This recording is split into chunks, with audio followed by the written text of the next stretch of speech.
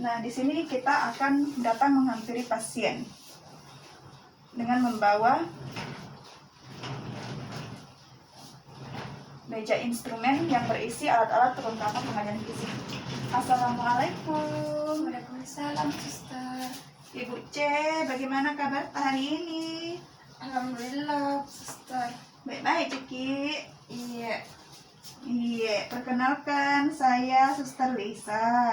Di sini saya bertugas dari dinas siang sampai dinas malam untuk jaga ibu. Oh iya, suster. Iya, jadi sebelumnya saya di sini mau periksa Ki, Bu. Periksa badan tadi dari ujung kepala sampai ujung kaki. Oh iya. Mungkin saya periksa Ki itu sekitar 15 menit lah.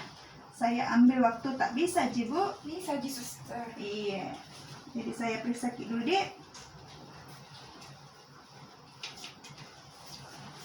Nah, di sini ketika melakukan pengkajian kepada pasien, kita menyapa pasien, terus menanyakan namanya, terus memastikan identitas pasien sesuai dengan identitasnya sebelumnya.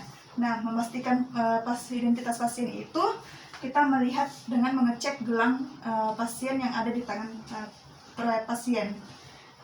Iya, sambil tadi kita memeriksa identitas pasien. Nah, sebelum masuk tadi, perawat telah melakukan pengecekan di status pasien, mulai dari terapi medikasi yang dilakukan ke pasien, yang diberikan ke pasien sebelumnya, beberapa pemeriksaan penunjang yang telah dilakukan oleh pasien sebelumnya, terus juga beberapa pemeriksaan laboratorium yang telah dilakukan oleh pasien sebelumnya.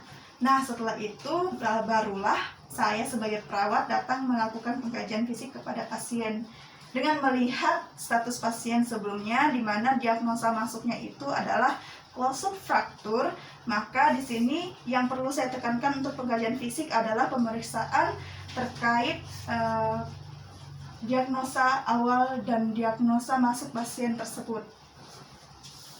Bagaimana, Ibu? Masih sakit? Kita rasa itu, tak? Iya, masih sakit, dokter. Sakit sekali, suster. Oh iya. Sakit kah? Yang mana sakit? Ini, suster, tanganku sama bagian siniku juga, pinggulku sakit.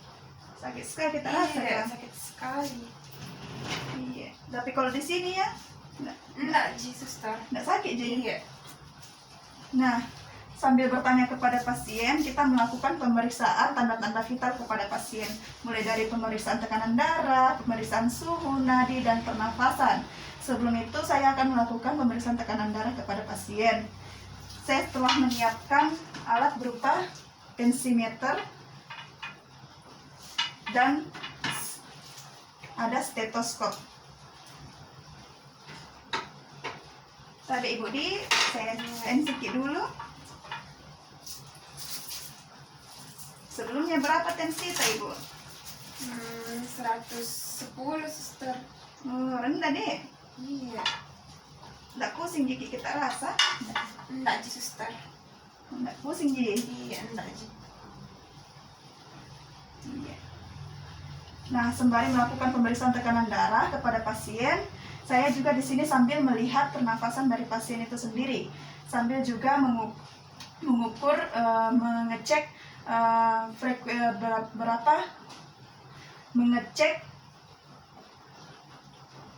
mengecek karakteristik dari nadi pasien itu sendiri, bagaimana kekuatannya, irama dari nadinya itu sendiri, dan lain sebagainya.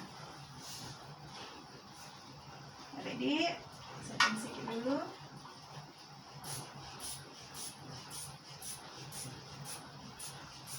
Berapa kemarin berat badan tak masuk, Ibu? Masuk rumah sakit? Pas ku timbang itu 60, suster. 60? Iya, 60. Nih, 60 kan? Kemarin ku lihat 70. Oh iya, dia 70, kelupai.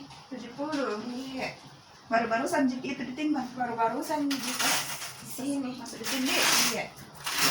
Berapa tinggi tak masih kita ingat kah? Nah, bilang anakku 160. 160? Iya, 160. Kemarin diperiksa Ki juga kah? Iya, diperiksa juga. Anu tadi tinggi badan tak? Iya, diperiksa. 160 juga? 160. Apa keluhan tak lagi, Bu? Selain sakit, Itu di suster tanganku di sama ini kok. bagaimana sakitnya kak? Wih, sakit sekali suster. Sakit sekali. Iya. Jadi saya periksa nadi dulu. Sambil memeriksa nadi dari pasien itu sendiri, perawat juga melakukan pemeriksaan suhu. Nah, ini merupakan pemeriksaan suhu di mana ini merupakan termometer digital. Tapi Ibu, ini namanya termometer digital. Nah, saya mau periksa suhu tak? Suhu badan tak panas kah atau tidak, Dik? Oh iya suster. Aku kasih tembak, kasih tempel di sini, dikasih di depan tak, Ji? Oh iya suster. Dik, jangan bikin takut. Bukan disuntik, Dik. Tapi Dik. Iya. Oke. Berapa suster? 36,8 Ibu. Demam itu suster. Tidak demam Jiki. Oh enggak aja ya. Tidak panas Jiki itu. Sekira. Nah, sambil memeriksa setelah memeriksa suhu pasien tadi, kita juga sambil melihat arloji waktunya untuk frekuensi dari nadi per menit.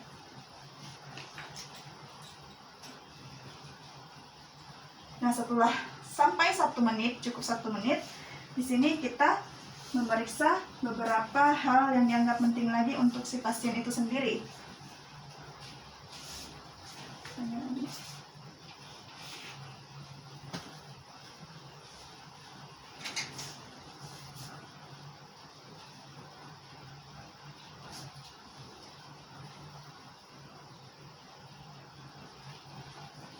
Ibu, maka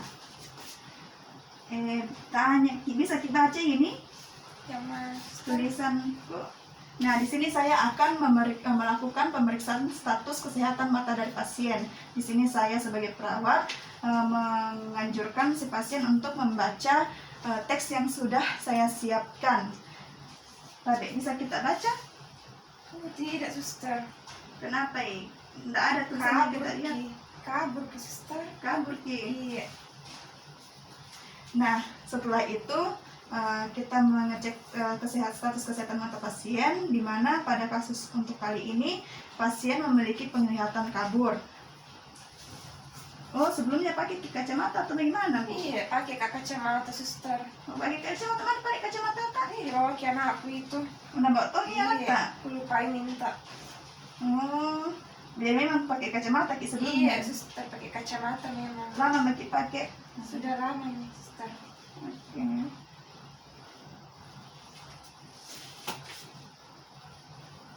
Nah, setelah selesai melakukan pengkajian kesehatan mata dari pasien, kita melakukan pengkajian status neurologi untuk si pasien itu sendiri. Nah, pengkajian status neurologi itu mencakup GCS, kemudian mencakup juga kekuatan otot dari ekstremitas atas maupun ekstremitas bawah pasien, di mana GCS tersebut merupakan Glaucoma Scale, di mana akan menunjukkan berapa persentase kesadaran dari pasien itu sendiri. Persentase kesadaran pasien dinilai dari eye, motorik, dan verbal pasien itu sendiri. Terlihat secara jelas selama pengkajian, eye untuk pasien itu nilainya penuh, kemudian juga untuk motoriknya juga nilainya penuh, untuk verbalnya juga nilainya penuh, di mana tadi terlihat pasien sangat aktif untuk bertanya dan sangat aktif untuk menjawab pertanyaan dari perawat.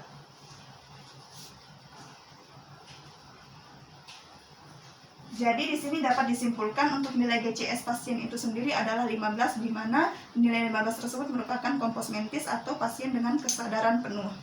Nah, untuk penilaian kekuatan otot ekstremitas atas maupun ekstremitas bawah pasien dinilai dari kita memerintahkan pasien untuk melakukan abduksi, ekstensi, dan beberapa gerakan untuk menilai kemampuan otot dari pasien itu sendiri. Ibu bisa kasih begini tangan tak? Angkat tangan tak? Angkat saja. Iya. Bisa kita angkat nih? Iya bisa. Kalau angkat ke atas sekali ya? Begini. Oh iya. Iya. Kalau ke samping tak? Oke. Kalau ini ya? Oh nggak bisa goyang. Tidak bisa sama sekali. Iya. Biar kita angkat sedikit. Enggak suster. Nah, di sini sudah kita bisa nilai bahwa pasien tidak mampu mengangkat tangannya yang berada di sebelah kanan, yang sesuai dengan kasus memang pasien di situ telah mengalami fraktur pada bagian kanan. Nah, untuk penilaian ekstremitas bawahnya juga seperti demikian, dengan melakukan teknik abduksi dan maupun lain sebagainya untuk mengetahui kekuatan otot dari pasien itu sendiri. Kalau bagian sini ya, kaki Kak nggak bisa goyang suster. nggak bisa sama sekali. Iya, Tapi kalau dia angkat sedikit, kurang gerak-gerak bisa Ji. bisa Ji. Tapi tidak bisa Iya, diangkat nggak dia. bisa. Bisa Ji ke jalan kah? Tidak suster. Oh. Nah, di sini juga sambil menanyakan hal tersebut kepada pasien, kita juga dapat mampu menilai status dari Bartel Index pasien itu sendiri. Nah, status Bartel Indexnya itu meliputi beberapa aktivitas-aktivitas yang dilakukan pasien. Nah, seperti berjalan dan lain sebagainya, kita langsung tanyakan kepada pasien. Jadi waktu Kak, kalau mau ke kamar mandi juga Dibantu jak sama anakku suster. pakai alat kan? Iya, Ini ada kulihat alat tak tempat kencing tadi. iya nggak bisa. Nggak bisa jadi dengan jalan ke WC di. Nggak bisa suster. Kalau mandi juga ya. Dibantu jak sama anakku. Kalau ganti baju Ki. Anakku juga. Nah, Iya, nggak bisa sendiri. jadi kalau sudah mandi, pergi Ki makan. Anakku juga suap kak suster. Anak tatang juga suap Ki di. Iya.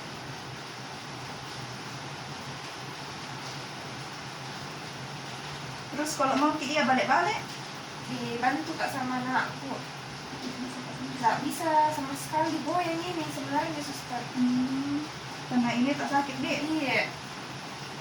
Oke. Kalau Ani ya baru-barusan 3 bulan terakhir sebelum tak masuk rumah sakit, ada tak pernah Ki jatuh? Tidak di suster. Tidak pernah Ji. Iya. Tidak pernah Ki jatuh di. Enggak. Biar jatuh bagaimana? Iya tidak. Pasang infus.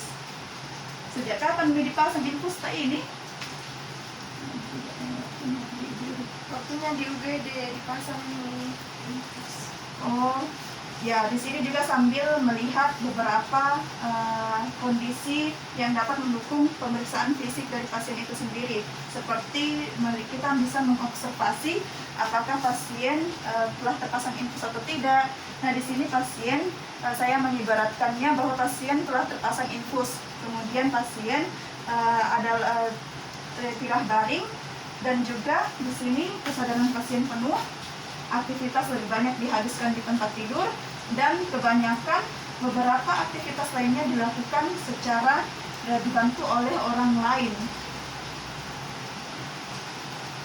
Nah, sebelumnya tadi sudah saya jelaskan bahwa beberapa pemeriksaan laboratorium dan pemeriksaan penunjang lainnya telah dilakukan oleh pasien sebelum pengkajian dilakukan. Nah, hal tersebut juga sudah dilakukan oleh perawat dengan melihat status pasien sebelum melakukan pengkajian fisik, di mana telah dilakukan pemeriksaan laboratorium oleh pasien sebelumnya, di mana diperoleh kimia darah pasien itu untuk GDS-nya sendiri adalah 116, di mana normal. Untuk fungsi ginjal pasien, di mana ureumnya itu adalah tinggi, kadar ureum tinggi, kreatinin tinggi. Terus kemudian untuk fungsi hati, SGOT dan SGPT-nya juga tinggi, dan WBC-nya itu juga tinggi, dan untuk pemeriksaan lainnya itu normal. Nah, beberapa pemeriksaan penunjang yang telah dilakukan pasien sebelumnya juga meliputi beberapa pemeriksaan seperti foto antriografi, foto MCCT ekstremitas, foto pelvis, dan juga foto torakal yang dilakukan pada tanggal 9 April sampai tanggal 14 April sebelum dilakukan pengkajian fisik oleh perawat.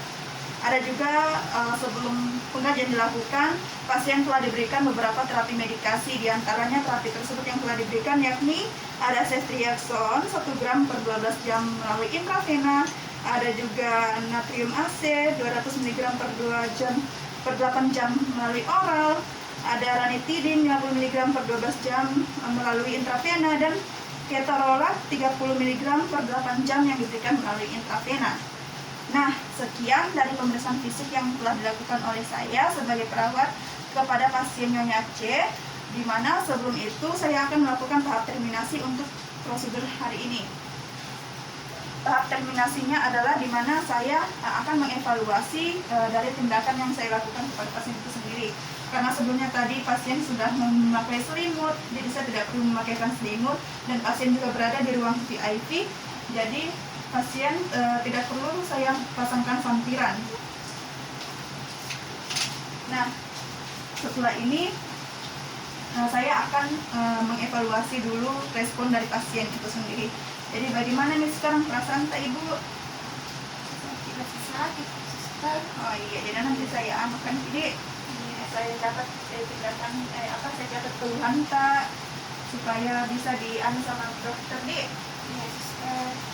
Jadi nanti kalau ada butuh apa-apa bisa melaporna, tanya ke anak tak, suruh nih ke nurse station kalau ada keluhan tak. Iya.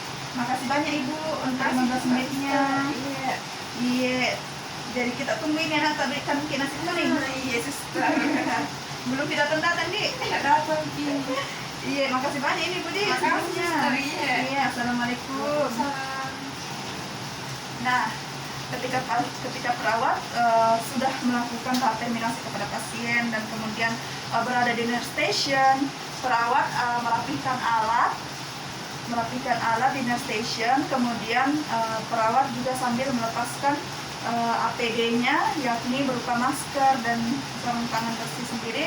Lalu kemudian perawat mendokumentasikan hasil pengkajian fisik tadi ke status pasien. Nah, di sini saya akan melepaskan APD dari perawat. Saya melepaskan masker, membuangnya ke tempat sampah medis.